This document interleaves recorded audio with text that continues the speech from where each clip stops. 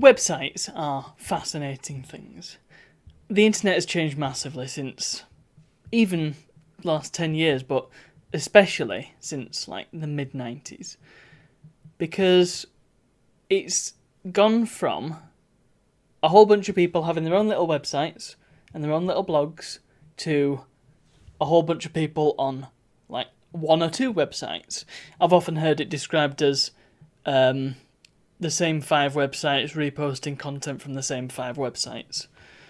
And, well, the thing is, there's been a lot of discussions about social media of late, and with the deaths of various social media, or the deaths as we know them of certain social media platforms, I think it's caused a lot of people to re-examine and rethink what exactly social media means for them. And my point of view is that it's not really social, is it? It's a bit hard to describe without... I'm loath to... because I have read a lot about this and I do have a stance on it, but it's difficult to sort of say anything about it without sounding like I'm just parroting off somebody else's opinion or regurgitating something that I've read. There is, of course, Cory Doctorow's very famous article, NPGification. And there's been various other posts of a similar nature. I read one on from a site called... what was it called now? It was called tedium.co. And it's talking about social media feeling soulless. But my take on it is the fact that social media is not really for individuals, is it?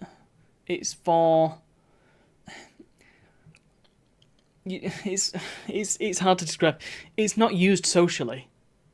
As far as I can see, it's used. So, for example, me, on Twitter, I used it to keep up with people I followed on YouTube, people I was interested in hearing the thoughts of, people who wrote blogs and wrote stuff on Twitter as a result, people who did video game stuff.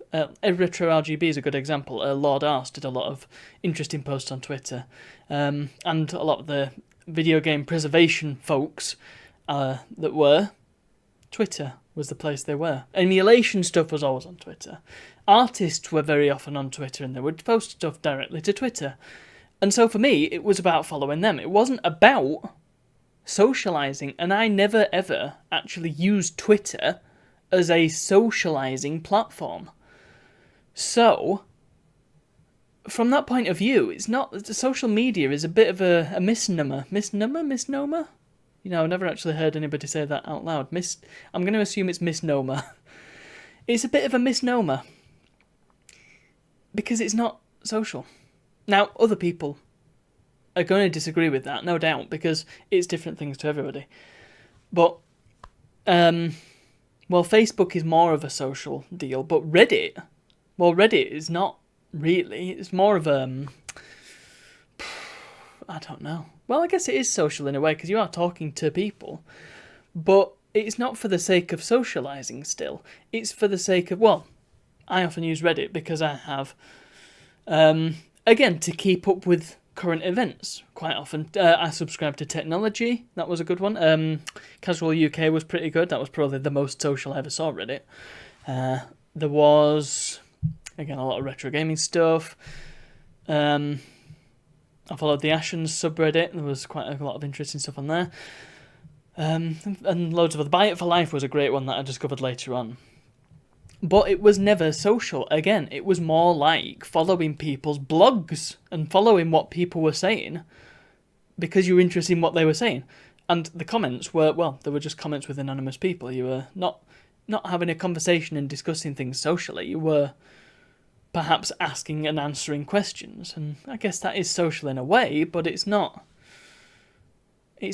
nipping to the pub and having a chat with your mates, you know? It's not that kind of social. Facebook is a bit more like that, but, well, we all know how terrible Facebook is. I'm not condoning Facebook as a platform.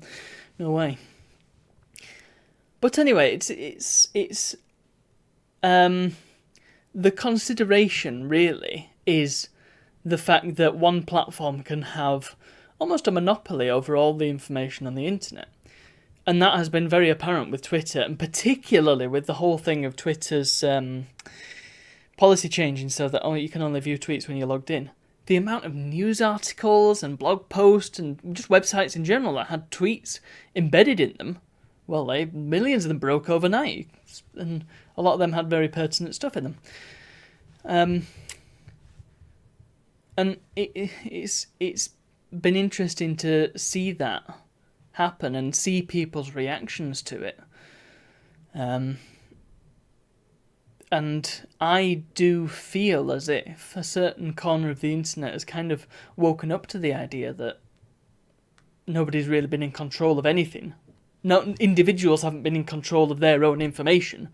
I'm not talking about personal data and privacy and all that. Not here. That's a whole different matter. But the information that they put out, the content, as it were, videos, tweets about forgotten NES promotional material. That was one that I found in my bookmarks and I had to get an archive of.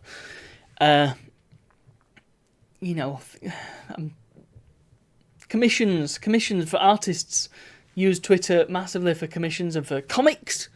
They post comics sometimes exclusively on Twitter.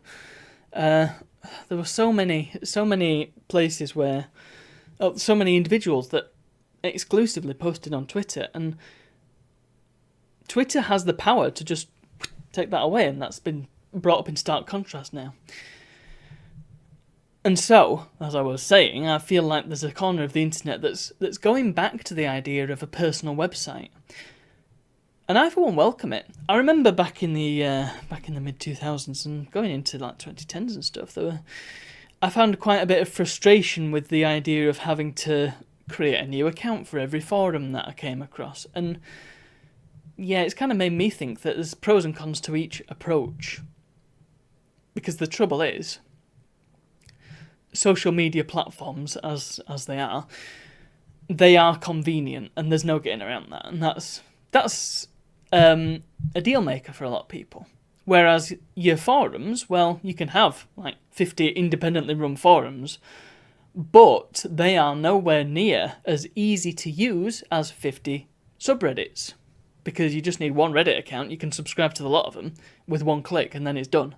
With a forum, you've got to make a new account for each one. You choose a unique password. Sometimes they have to have email verification. Sometimes you've got to answer different questions to get in. Sometimes you've got to write an introductory post even. Sometimes you've got to lurk for a week or so before you can even post yourself. And sometimes something with forums that you always found is that you'd have a clutch of regulars who would just hang out there. It'd be kind of like the pub analogy again, and you've got like the 4 or 5 blokes who always go to the pub on every evening, and it almost becomes their pub. It becomes their forum. I was actually reading about a forum the other day where this one guy kind of took over the whole thing because he was even the creator of the forum was not as regular as he was. So he almost became the face of the forum himself. And you did find that an awful lot with forums, is that you posted something and then suddenly a totally different conversation would be happening in the thread. And these guys would just be chatting to each other as if it was like you weren't even there. It was bizarre. And yeah, the forums did tend to be somewhat insular communities at times. Not always, but sometimes. So having that on a centralised platform, there is an argument to be made that is better in many ways, and I'm not disagreeing with that. But the personal website, having a website that is yours and yours alone, well, that's a totally different kettle of fish, isn't it? Of course you can create a little community and have regulars that come and post and comment on every single post that you make and stuff like that, and that's fine, but it's still your thing, and you are the master of everything you put out, and everything that you make, well, it's up to you, and of course how much you pay your web host, as to how long that stays up and when that comes down and what happens to that, to your writing and your content, we'll call it, just to cover all bases. Yeah, I do think there's a lot more to say on this matter, and it's going to be interesting to see it unfold, I think. I know that a lot of people I follow on Mastodon have started making their own sites, and I myself have been looking to update my site and make it a bit more streamlined. My site, which is at the end of every video. So, yeah, it's going to be fascinating to see what happens going forward, and personally, I hope to see a return of the personal website and the personal blog. And the thing is, personal blogs aren't really that inconvenient, because while you might say, okay, well, following someone on Twitter, well, that's dead easy, isn't it? And there exist technologies that are just as easy, well, not quite as easy, but almost as easy as following someone on Twitter, and it's things like RSS feeds. Yeah, it's an acronym, yeah, it's scary, but it's... Well, the thing is, it used to be, when RSS was a bigger thing, it used to be one click and then you'd subscribe to them and then you could see every post syndicated in your RSS reader, which was much like a Twitter app, for example. And that's not really as easy as it used to be, but that's only because there's not any real reason to use RSS right now for the majority of people. Maybe that'll come back. Maybe Firefox will have an RSS button again. Who knows? Anyway, I think I've talked long enough about this topic for today, but I think there'll be a lot more to say about it in the future. So thank you for watching. If you have a website, or if you're thinking about making a website, well, hey, I make websites, so hey, maybe we can talk. But yeah, put your links in the description. Maybe I'll make a links site on a links page on my website, and we can do the old-fashioned thing of having links everywhere. That was fun, right? We can surf the web again. Anyway, that's all. Thank you very much for watching. I'll see you all tomorrow.